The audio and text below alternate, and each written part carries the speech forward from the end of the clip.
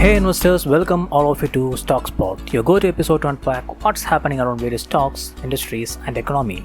It's me Lekshman M J, and today we are going to dive deep into Indian economy. Whether you are a student or a professional or just someone who is curious about economics, this episode is for you. So grab your cup of tea, sit back and let's get started with the bigger picture. India's economy has been making headlines recently. In the third quarter of this financial year, the country's economic growth accelerated to 6.2%. And that's a good news, right? Well, yes, but here's the catch.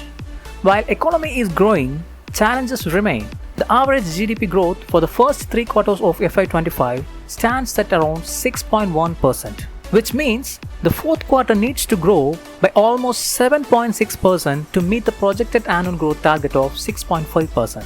But the small silver lining here is, achieving this will be challenging but not impossible. So having said that, now let's break down how different sectors are performing.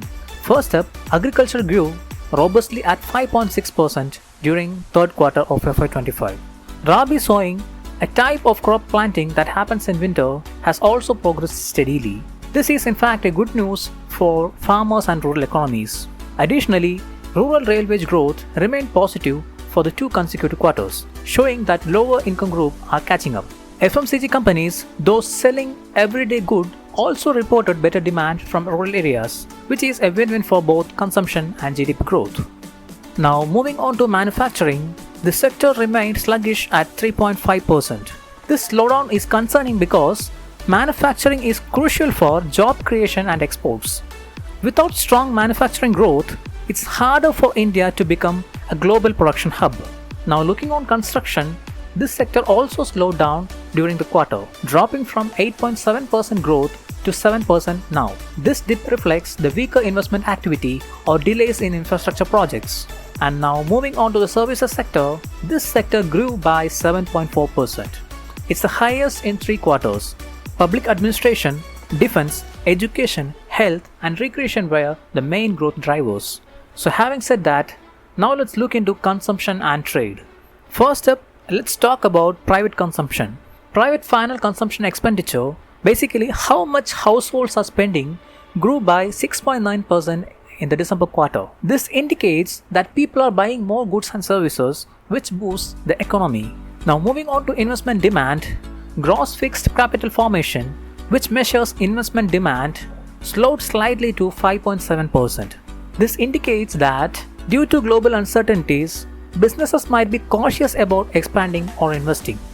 Now looking at government spending, it rebounded strongly, growing by 8.3% during the quarter. This recovery came after a contraction earlier in this year, likely due to election-related spending cuts.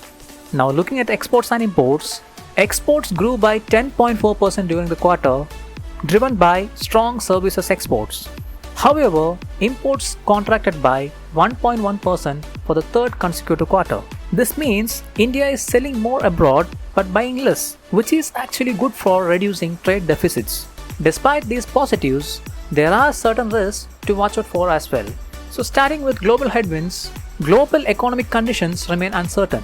Rising interest rates in countries like Japan and strengthening of US dollar could lead to capital outflow from emerging markets like India.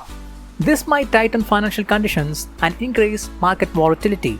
Now moving on to weather-related concerns, India is expected to experience above average temperature in March, which threatens winter-sown crops like wheat and could cut yields for the 4th straight year, potentially forcing the authorities to ban exports and remove import tariffs to ensure sufficient supplies within the country, like what's done in 2022 due to the very same reason.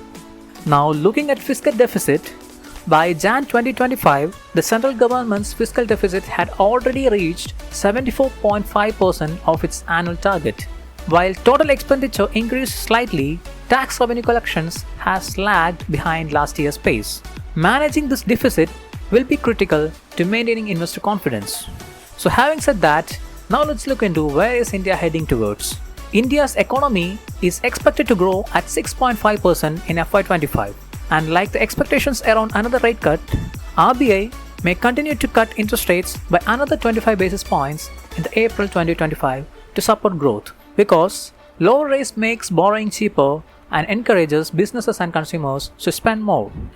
On fiscal policy front, lowering import tariffs, signing trade agreements, welcoming FDIs, and keeping the rupee flexible could boost future growth.